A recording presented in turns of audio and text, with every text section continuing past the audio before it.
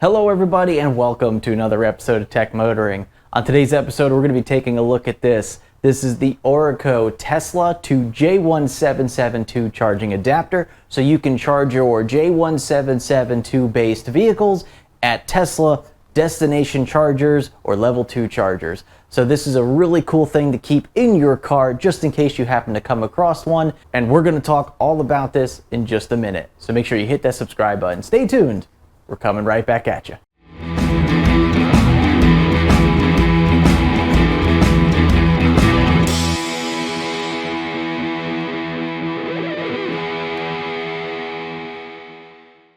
All right, everybody, well, welcome back. So like I was saying, we got this really cool product from ORICO. They sent this out to me to review for them. So thank you very much, ORICO, for doing that.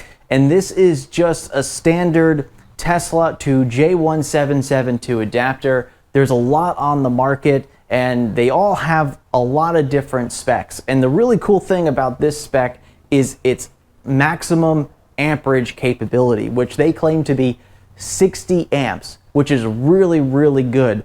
And I'm going to show you a couple other products today that I've reviewed in the past that don't quite meet up to the standard of this. And then we're going to go ahead and put it to the test and plug it into this Mustang Mach-E and just see how well it works over the course of time. So let's go ahead and dive into a couple of the features I like about this, and then we'll talk about some other products that are similar but not quite as good. So the first product that I want to do a quick comparison on, this is a Electron Tesla to J1772 adapter. As you could see, it's a bit larger, a little bit bulkier, and unfortunately this only has a 40 amp maximum limitation.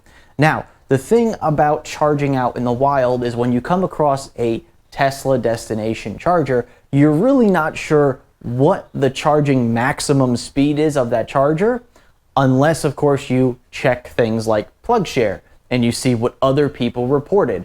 And a lot of Tesla owners will have it right in their vehicle. It'll show the exact amperage of what that charger is able to give to the vehicle. Now, one of the things about the Mach-E that's a little disappointing is it has no way to adjust the amount of incoming power to the vehicle. So for instance, if I wanted to charge this vehicle at 16 amps or 24 amps or 32 amps, there is no way for me to adjust it for this vehicle. And this car is capable of handling up to 48 amps or about 11 kilowatts of energy.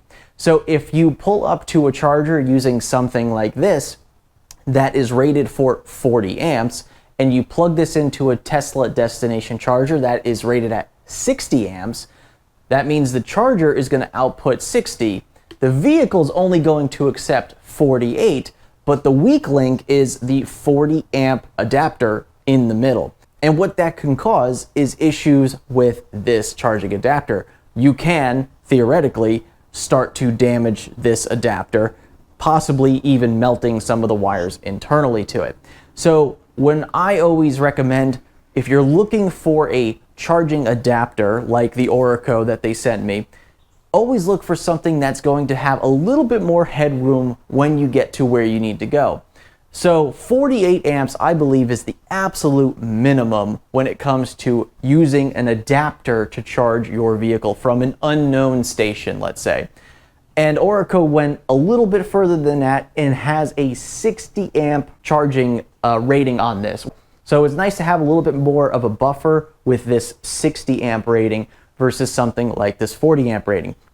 Now, the one thing I do like about this product is that if you ever do need to leave it out in the wild, it does offer this hole here to lock this to your vehicle. So you can actually just put a small padlock through here with a key, and then this will lock it to your vehicle. So this way, if somebody was to unplug the Tesla charger from the adapter, they couldn't actually steal this from your vehicle. Now, some vehicles do have the capability of locking this to the car, but unfortunately, the Mach-E is one of those cars that does not have that feature. You can go up to a Mach-E that's charging and then just literally just pull this down and pull it right out of the car, and that's it. There's no way for this to be locked to the vehicle. So having this extra little piece here that you can lock it to the vehicle is really, really nice.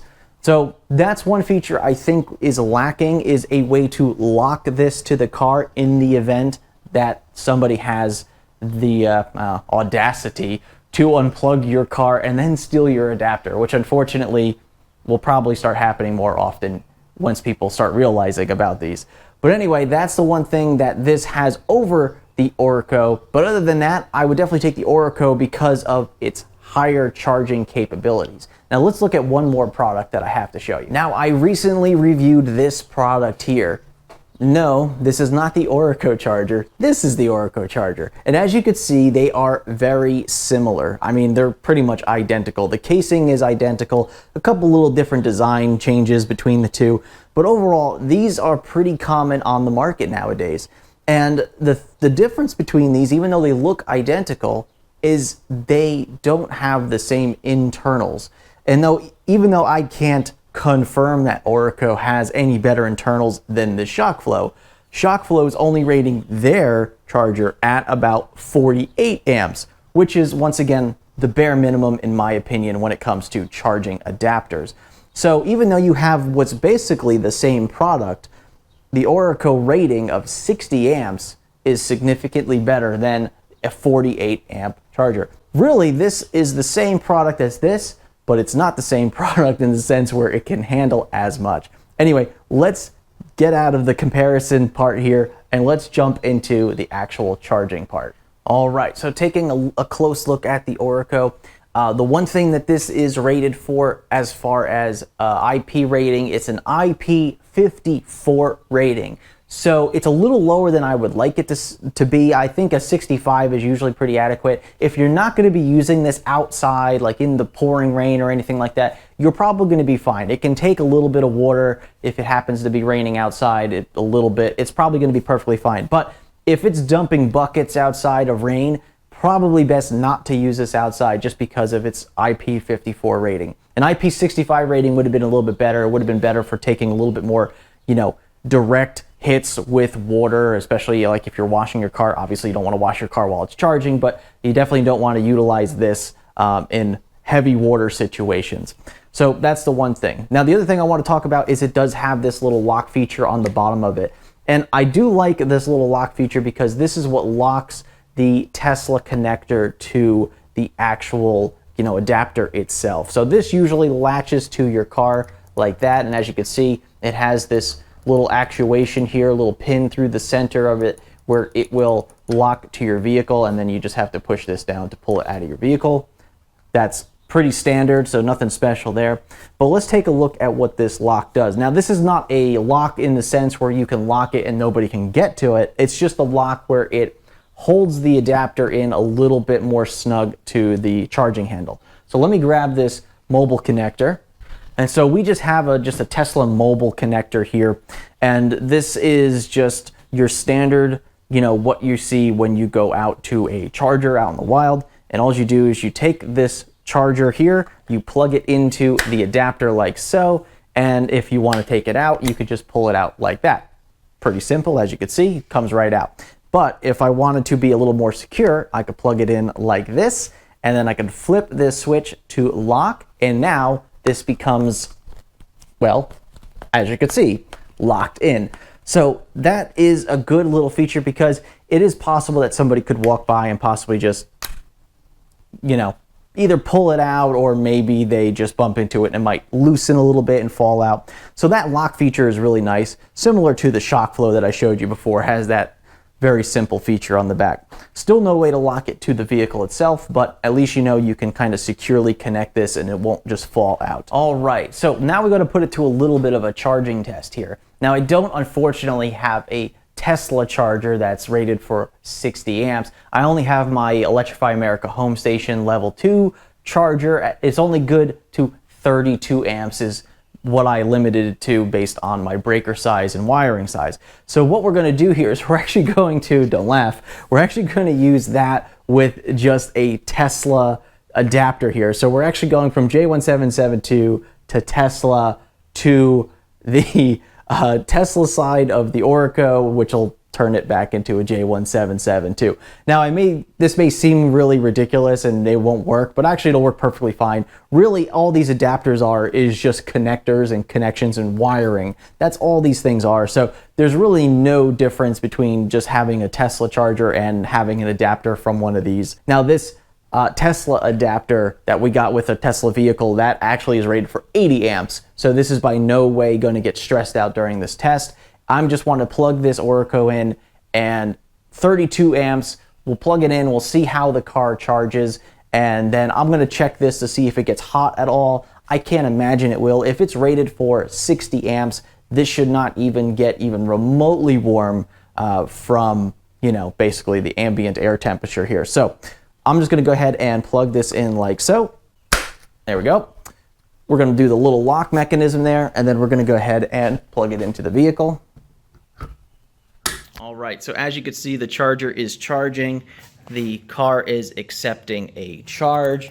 And then what I have here over on my phone, I have an OBD2 adapter in the Mach-E that will show me the input and output of what we're looking at here. So as we can see, we are getting almost 4 kilowatts. It's still climbing.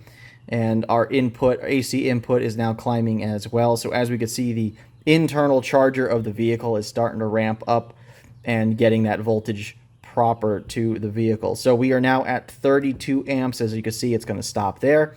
We are at 7 kilowatts, which is correct for what we are rated at for this charger. So we're just going to let this do its thing, and we're going to come back to this in a little bit and see, you know, how that adapter is working. Okay, so we're going to give the car a few minutes here. Actually, we're going to probably give it about a half an hour, I believe. So it's about 11 o'clock right now. We're going to come back to this in about 30 minutes after it's been charging for a little bit. We're just going to take some, you know, touch tests here to see if the charging adapter is warming up at all.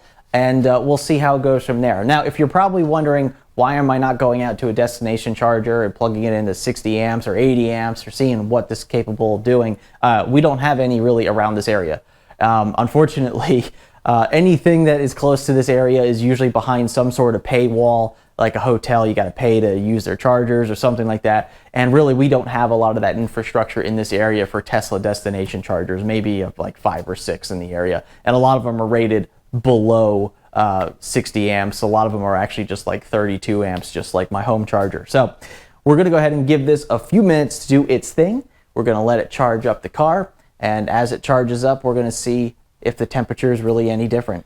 All right, well, as you can see, we are still putting in 7 kilowatts of energy at about that 31, 32 amps of energy going into the vehicle. So we're coming up on 30 minutes here, so I want to just go ahead and just try this. Yeah, there's nothing warm here whatsoever. And I shouldn't be surprised, because really this is only putting in about half of what this is actually rated for. So really, if this was any warm whatsoever, I would be a little concerned. But no, this is just perfectly fine. I'm just going to check the adapter here. Yep, that seems fine. The Tesla adapter seems fine. And yeah, I mean, the charging handle has a little bit of heat on it, but like nothing really. I mean, yeah, this is really, really cool.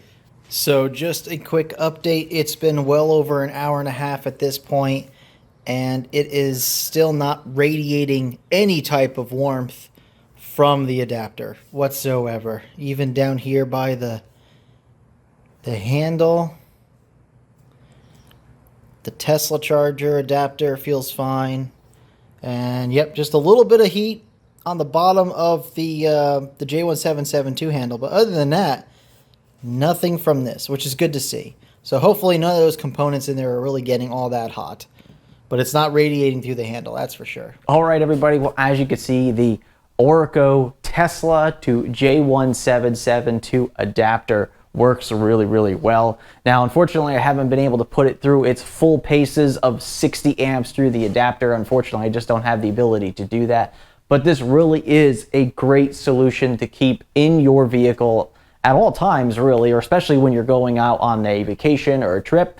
And it's good to know that you have access to another set of chargers out there, whether it be someone's Tesla mobile charger or possibly someone's level 2 charger or just a destination charger at a hotel or anywhere else out in the wild. And actually, this happened to us on a trip a couple years ago where we took our vehicle and we stopped at a hotel for the night, and it turned out they only had Tesla destination chargers there. They did not have any J1772 chargers. And unfortunately, I didn't have any of these adapters at the time, so that was, kind of a missed moment there, unfortunately. But other than that, I gotta say that this adapter works really well for this. It's something that I always keep in my car. This one's now going to be the one that I keep in the Mach-E from now on, and really, really cool. So I'd like to thank ORICO for sending this out to me. If you're interested in this product, make sure you take a look down in the description below the video.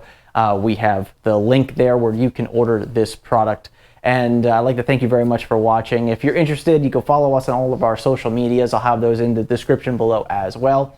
And of course, I'd like to thank you again for watching today's episode. And remember, welcome to the future and welcome to Tech Motoring. And we'll see you on the next episode.